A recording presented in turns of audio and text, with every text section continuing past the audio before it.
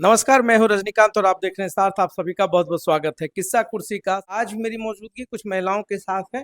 जानने की कोशिश करेंगे कि उनके विचार में जब वो वोट करने जाती हैं तो उनके दिमाग में क्या मुद्दा चलता है, वोट करने के पीछे का लॉजिक क्या होता है। और जैसा कि महिलाओं की जो वोट परसेंटेज है पूरे बिहार में देखा जाए तो एक किंग मेकर की भूमिका में है। सभी दल चाहते हैं कि महिलाओं का जो वोट है वो उनके तरफ हो जाए और महिलाओं को अपनी तरफ करने के लिए बहुत सारी स्कीम्स हैं, अलग अलग योजनाएं हैं। मगर इसके बावजूद शहर को, जिले को कैसा विधायक चाहिए, कैसा कैंडिडेट चाहिए, उस पर ही आज मेरा महा एपिसोड है कुछ किस्सा कुर्सी का। तो हम सबसे पहले जानने की कोशिश करते हैं क्या कुछ चलता है आपके दिमाग में जब आप वोट करने जाती हैं या लगता है कि अब जो इलेक्शन का समय आ रहा है, ये बहुत बड़ा पर्व है, लोकतंत्र का बहुत बड़ा पर्व है। और इस इलेक्शन में जब कैंडिडेटर्स की बात होती है तो महिलाओं के मन में क्या चलता है, सिलेक्शंस की क्या क्राइटेरिया होती है और आप जो कास्ट करते हैं वोट, वो किस मुद्दे पे करते अ, मैं सबसे पहले आपको ये बोलूँगी कि इसको हम लोग 2 भाग में समझेंगे। एक कि हमारा मुद्दा क्या होना चाहिए, कि हमको अपना शहर कैसा चाहिए, हमको अपना स्टेट कैसा चाहिए। ये सबसे पहला चीज़ होना चाहिए और दूसरी चीज़ कि हमारा कैंडिडेट कैसा होना चाहिए, ठीक है? दोनों में कि वो कैंडिडेट वो होना चाहिए जो सारे मुद्दों को सॉल्व कर सके, सुन सके। सबसे पहली बात है कि जनता की बात सुनी जा सके, वो होना चाहिए। बेसिक नीड्स जो है हमारा हमारा शहर अगर आप देख रहे होंगे तो हमें बेसिक नीड्स हमारा क्या है। अगर आप देखते हैं कि पोल्यूशन बहुत है, सड़कों की हालत आपने देखी हुई है, एजुकेशन को लेकर के अगर बच्चों का बात देख लीजिए, या फिर अगर आप देखते हैं कि एक हमें महिलाओं की सुरक्षा बहुत अहम है, क्योंकि महिलाएं, आज हम लोग महिलाओं की ही बात कर रहे हैं, तो हमारी सुरक्षा कैसे हो, वो है कि जब हम बाहर निकले तो हमें ये डर नहीं हो किसी तरह का। और ये भावना एक छोटे बच्चे से आना चाहिए, यानी एक बच्ची भी अगर है, वो भी अपने आप को सुरक्षित फील करते हुए अगर उस परिवेश में बड़ी होगी, तो ऑब्वियस है कि उसे कभी इस चीज को सोचना नहीं पड़ेगा कि हाँ हम सुरक्षित है या नहीं। दूसरी चीज क्या है कि जैसे अभी आपने कहा कि हमारी आधी आबादी है, तो हम महिलाएं आधी आबादी है बिहार में। ये हम फॉर्चुनेट हैं कि हम सरकार बदल सकते हैं, हम सरकार चुन सकते हैं। तो क्यों ना हम एक महिला विधायक चुने। हमें महिला विधायक हमें क्यों नहीं मिल सकती है? क्योंकि एक महिला की बात महिला ज्यादा समझ सकती है। अगर हम अपनी बात को अगर कहीं रखना चाहें तो वो ज्यादा सुन सकती है, समझ सकती है, क्योंकि उन्हें भी पता होता है कि महिलाओं के साथ परेशानी क्या आती है। फिर आप देखेंगे कि हमारे शहर में अगर आप देखते हैं ट्रैफिक इतना प्रॉब्लम है, रोड्स का प्रॉब्लम है। एक हमारे पास एक पिंक टॉयलेट नहीं है, क्योंकि हम लोग सारे लोग जो भी हैं, चाहे वो हाउसवाइफ हो चाहे वो वर्किंग हो, सब बाहर निकलते हैं। जब बाहर निकलते हैं तो फिर ये हमारी बेसिक नीड्स है। अगर आप इंडिया के आप दूसरे और स्टेट्स में अगर जाते हैं तो ये प्रॉब्लम वहां पे नहीं आती। तो हम लोग ना सिर्फ सुरक्षित रहें, और हमारा जो बेसिक जो है, हमारी जरूरतें हैं वो पूरी होनी चाहिए। जो शहर की जरूरत है, एक सौंदर्यीकरण का जरूरत है। हम स्मार्ट सिटी आज बोल जरूर रहे हैं कि हम स्मार्ट सिटी बन चुके हैं, बट बहुत सारा आप देख रहे होंगे कि काम चल रहा है, कार्य की गति बहुत धीमी है। उसको कहीं न कहीं आपको एक देखना पड़ेगा, किसी न किसी, आप जितने भी अधिकारी हैं, उनको भी ज़मीन पर उतरना पड़ेगा, उनको देखना पड़ेगा कि क्यों ये क्यों हो रहा है। अगर आप ऑफ़िस में बैठ कर के अगर सोच रहे हैं कि हाँ ठीक है, सारा चीज़ सही चल रहा है, तो आपको पता नहीं चलेगा। आप निकलिए, बाहर निकलिए और देखिए कि शहर क्या हैं। है। और जानना बहुत जरूरी है क्योंकि सबसे बड़ी बात जो है, आधी आबादी की बात करते हैं, हिस्सेदारी की बात नहीं हो पाती है। प्रतिनिधित्व जरूर महिलाओं को मिलना चाहिए। तो इस पूरे प्रतिनिधित्व का जो खेल है, बिहार शरीफ को क्या चाहिए या जिले को क्या चाहिए? हमें सबसे पहले शिक्षा पे ध्यान देनी चाहिए। हमें वो विधायक की ज़रूरत है सर जो हमें अच्छी शिक्षा दे सके। शिक्षा तो है लेकिन वो क्वालिटी नहीं है जो वो एक शिक्षा में होनी चाहिए। हमें रोज़गार चाहिए, क्योंकि कोई भी शिक्षित तभी होती है, वो तब होती है, वो इसलिए होती है कि हमें रोज़गार चाहिए। जब रोज़गार नहीं तो फिर शिक्षा। हम लोग एक अच्छे नागरिक हैं, लेकिन हमें रोजगार नहीं मिल पा रहा है। अच्छे से पढ़े पढ़े लोग इधर उधर, तो ऐसे विधायक की हमें जरूरत है जो हमें रोजगार दे, शिक्षा का मतलब समझा सके। और जो रोड का व्यवस्था आप देख रहे, काम तो चल रहा है लेकिन वही है, बहुत धीमी गति से चल रहा है। बहुत धीमी गति से चल रही है। तो क्या कुछ चल रहा है मन में? मैं तो बोलना चाहूँगी कि मन में बहुत सारा सवाल है, जैसे कि मेडिकल वगैरह को लेकर के भी सर आजकल ऐसा व्यवस्था है कि हमें कोई भी अगर बीमारी वगैरह होता है तो उसके लिए हमें बाहर जा कर के दिखाने की ज़रूरत ना पड़े। हमारे शहर में ऐसा व्यवस्था हो जाए कि हमें कहीं और शहर जा कर के मतलब चेकअप कराने की नौबत ना आ सके। मैं सरकार से मतलब जो भी यहाँ का बने यही चाहूँगी कि बिहार में हमारा अच्छा मेडिकल का लाइन रहे सर। ठीक है। मेडिकल ये रेफर रेफर का जो खेल है उससे लोग बचे।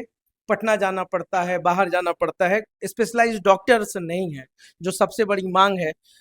फिर आगे हम बढ़ते हैं, फिर नई पीढ़ी से जानने की कोशिश करते हैं। फर्स्ट टाइम आप वोट करेंगे या इससे पहले भी कभी किया है आपने? First time. मैं सबसे पहले ये बात बोलना चाहती हूँ कि जब कोई भी सरकार इलेक्शन के लिए खड़े होते तो वो बहुत सारी स्कीम देते हैं कि हम आपके लिए ये करेंगे। सबसे ज़्यादा वो बच्चे लोग को कहते हैं कि हम इतना वैकेंसी निकालेंगे, ऐसे करेंगे, वैसे करेंगे। तो जो भी वैकेंसीज निकलती है वो इलेक्शन से पहले निकलती है। उसके बाद कोई भी वैकेंसी का कोई भी पता नहीं, कब निकलेगा नहीं निकलेगा कोई इसका पता नहीं। और बच्चे खुद अपने पढ़ाई के लिए वो अपनी सरकार से लड़ते हैं कि मुझे आप, और बहुत सारी धांधली भी होती है एग्जाम में, बहुत सारी चोरी भी होती है। जो बच्चे अच्छे होते हैं, जिनके पास क्वालिटी होती है, वो आगे नहीं आ पाते क्योंकि उनके पास पैसा की कमी होती है। और जो बच्चे के पास पैसे होते हैं वो अपना पैर भी लगा के कुछ लगा के वो आगे हो जाते हैं। तो इसीलिए मैं कहूँगी सबसे पहले एजुकेशन पे ध्यान दे, जो हमारे विधायक हो, जो ग्राउंड लेवल के बच्चे हो उनको ज़्यादा आगे तक लाए और उनको कुछ जैसे पढ़ाई में कुछ पैसे की ज़रूरत हो तो उन्हें वो भी हेल्प करे। चलो, आगे हम बढ़ते हैं। बहुत सारे सवाल मन में चल रहे होंगे, एक महिला होने के कारण। शहर या पूरे जिला की हम बात कर लेते हैं, क्या लगता है कमी क्या है? सर कमियां तो बहुत सारी हैं, सवाल भी बहुत सारे हैं। तो बस मैं इतना कहना चाहती हूँ कि जिन्हें भी हम अपना अमूल्य समय देकर वोट करते हैं, कि उनसे निवेदन है कि वो भी हमारी भावनाओं को समझे। वो हमारे, अगर वो एक जिला डेवलप करेगा तो एक राज्य डेवलप करेगा, एक देश फिर डेवलप करेगा। तो बस इतना कहना चाहती हूँ कि वो ध्यान दे। वो बस वोट चाहिए ऐसा नहीं होना चाहिए, क्योंकि हम लोग अपना समय निकाल कर उन्हें वोट देते हैं और काफ़ी इच्छाओं के साथ वोट देते हैं कि शायद इस बार वो हमारी इच्छाओं को पूरा कर दे, हमारा देश सुंदर बन जाए। तो फिर बस इतना ही है कि बस वो हमारी भावनाओं को समझे और हम उन्हें समय देते हैं तो वो भी हम लोगों के लिए कुछ करें। विधायक जी अगर वर्तमान वाले हैं या संभावित हैं तो इस वीडियो को जरूर सुनिए और समझिए। ये जो परिवर्तन की बयार देखने को मिलती है पूरे राज्य में या पूरे जिला में, अमूल्य वोट इनका है, अमूल्य और मूल्यवान यही है, आप नहीं है। तो आपको समझना होगा कि ये गद्दी और कुर्सी पब्लिक का दिया हुआ है, जिस पर बैठ करके आप सरकार में किसी भी नीति को तय करते हैं। तो नीति तय करने से पहले इनकी बातों को भी जरूर सुनिएगा। एक सवाल इसलिए लेना बहुत जरूरी है कि हम लोग कई वर्षों से कहा जाता है कि बिहार सिर्फ कास्ट पे ही वोट करता है, रिलीजन पे ही वोट करता है। युवा पीढ़ी किस पे वोट करती है? युवा पीढ़ी तो सबसे पहले देखेगी कि भाई आप नौकरी कितनी दे रहे हैं अभी के टाइम पे, एजुकेशन किस लेवल का है। और दूसरी बात, अगर हम यही सोचते रहेंगे कि रिलीजन के नाम पे वोट देते रहे तो फिर हम कभी आगे नहीं बढ़ सकते। चाहे कभी अगर हम कोशिश भी करेंगे तो हम आगे कभी नहीं बढ़ेंगे। रिलीजन को साइड में रखे, पहले देखें कि इंसान एजुकेटेड है या नहीं, सबसे बड़ी बात। क्योंकि अभी के नेता लोग जो भी होते हैं उनके पास केस होता है, उनको भी हमें वोट देना पड़ जाता है।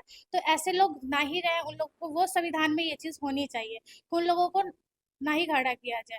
और एजुकेशन जो है वो हाई होना चाहिए, तभी नेता लोगों को भी समझ में आना चाहिए कि हम लोग जो है युवा इतना पढ़ाई करते फिर भी नौकरी नहीं मिल पाती है हमें। तो उस लेवल से उन लोगों को भी सोचना चाहिए कि उनका भी एक लेवल होना चाहिए कि पढ़े लिखे नेता आगे आए, तभी को हम लोगों को समझेंगे कि हम लोगों ने भी पढ़ाई की, मेहनत की है, तो हम लोग आज इस लेवल पे हैं। बस यही कहना चाहती हूँ। बहुत बहुत धन्यवाद। देखिए ये वोकल हो रही हैं, लोकल वोकल की जो बात होती है, महिलाएं काफी मुखर हो रही है और बात भी सही है कि वैसे कैंडिडेटर्स को ना मौका मिले जो समाज का अहित कर दे, मगर हित करने वाला हितकारी विधायक चाहिए। कुछ सवाल आपसे भी ले लेते हैं और जानने की कोशिश करते हैं। जैसे मैडम ने एक मुद्दा उठाया कि महिलाओं के लिए पिंक टॉयलेट्स हो शहर में, या जो सुविधाएं होनी चाहिए वो भी मिलनी चाहिए। आप जब वोट करती हैं तो आपके दिमाग में क्या चलता है और आपके हिसाब से कैसा विधायक होना चाहिए? मेरे हिसाब से विधायक ऐसा होना चाहिए, जैसे हम लोग कहीं मार्केट ही जाते हैं तो काफ़ी लंबे टाइम हो जाता है मार्केटिंग में, जैसे घंटे 2 घंटे 4 घंटे भी हो जाते हैं। तो ये तो प्रॉब्लम हर महिला के साथ होती है प्रॉब्लम कि एक टॉयलेट तो ज़रूरी है। सोचना पड़ जाता है कि कहाँ जाना चाहिए, कहाँ जाएं, मतलब उस टाइम कुछ मतलब समझ नहीं आता है मतलब। और हम लोग ये भी सोचते हैं कि यहाँ कोई व्यवस्था नहीं है, ये नहीं है, वो नहीं है, मतलब ये तो होना चाहिए सर। एक पिंक टॉयलेट तो जरूरी है सर, हर महिलाओं के लिए सर जरूरी है ये। तो मैं बस यही बोलूँगी सर। देखिए, धीरे धीरे जब बात खुलती है, बात फिर सामने आने लगती है, और इन्हीं सभी मुद्दों पर जब हम बहुत मुखर होकर के बात करते हैं, जब विधानसभा की बात करते हैं तो महापर्व है। तो आज जो भी हमारे इर्द गिर्द है सारी महिलाएं हैं, और इनकी शक्ति के सामने अभी देखिए दुर्गा पूजा भी चल रहा है, तो नतमस्तक तो पूरा दुनिया होता है। महिलाओं की इच्छा और महिलाओं का सम्मान और इनके अधिकार के लिए सब लोग आज बात कर रहे हैं। आप क्या बात करेंगे? सर मैं एक आम नागरिक होने के नाते ये कहना चाहूँगी कि इंडिया जो है, हमारा भारत जो है, वो डेमोक्रेटिक कंट्री तो है। हम अपना नेता और विधायक खुद चुनते हैं, लेकिन उसके बावजूद हमें बहुत सारी परेशानियों का सामना करना पड़ता है। जैसे आप रोड सेफ्टी ले लीजिए, ट्रैफिक प्रॉब्लम्स ले लीजिए, विमेन एम्पावरमेंट, विमेन सेफ्टी को लेकर देख लीजिए। तो हमें बहुत सारी ऐसी परेशानियों का सामना करना पड़ता है। जैसे अभी मैं कुछ दिन होने पहले की बात बताती हूँ। बारिश होने के कारण बहुत सारे ऐसे जगहों पे पानी जो है वो भर गया था, जो आपको रोड और गड्ढे में बिल्कुल फर्क नहीं था, जिसके कारण आने जाने में बहुत सारे लोगों को परेशानियों का सामना करना पड़ा। और रोड सेफ्टी के कारण भी ये प्रॉब्लम होती है कि महिलाएं सुरक्षित नहीं जा पाती हैं। जैसे घरों से बाहर निकलती हैं तो उन्हें बहुत सारी ये प्रॉब्लम होती है कि बाहर जाने पे हमें वो सुविधा मिलेगी या नहीं मिलेगी। उनके कारण उनके परिवार वाले, उनके फैमिली बहुत ही सिक्योर फील नहीं करते हैं। ठीक है, तो हमें इन सारी परेशानियों का जो सामना करना पड़ता है, इसके लिए हमें एक बेहतर विधायक की ज़रूरत है, एक बेहतर सिस्टम की ज़रूरत है। थैंक एक यू। बेहतर विधायक, बेहतर सिस्टम, आपके दिमाग में क्या चल रहा है? सर एज ए सिटीज़न मैं यही बोलना चाहूँगी, हमारे बिहार में डेवलपमेंट की ज़रूरत है। छोटे छोटे चीज़ से अगर आप स्टार्ट करेंगे तो education system, drainage system, road safety, traffic, तो बहुत सारे ऐसे सारे मतलब कि इशू हैं जो इस पे ऊपर काम करना बहुत ज़रूरी है। एक तो अगर हम लोग कंप्लेन भी अगर करते हैं, सर्विस सिस्टम को अगर ले लें, तो अगर हम लोग कंप्लेन करते हैं तो वो लोग हम लोग हमारी बात को सुने और उस कंप्लेन का मतलब उस पर काम करें। तो ये चीज़ भी एक चीज़ होना चाहिए कि अगर हम लोग किसी चीज़ पर अगर इलेक्ट्रिसिटी के ऊपर भी कंप्लेन करते हैं, किसी एरिया पर अगर जाता है तो उस पर काम जल्दी होता है, बहुत लाइटली लेते हैं हमारे बात को। तो इसको इतना बहुत सीरियस होना चाहिए। सर्विस सिस्टम या फिर ड्रेनेज सिस्टम भी एक इशू है। और एक मतलब यार एक हम लोग देखते हैं कि हम लोग अपने घर के आगे भी एक कूड़ा एक बना लेते हैं, मतलब एक ही जगह जाकर फेंकते हैं डंप उससे। करते हैं।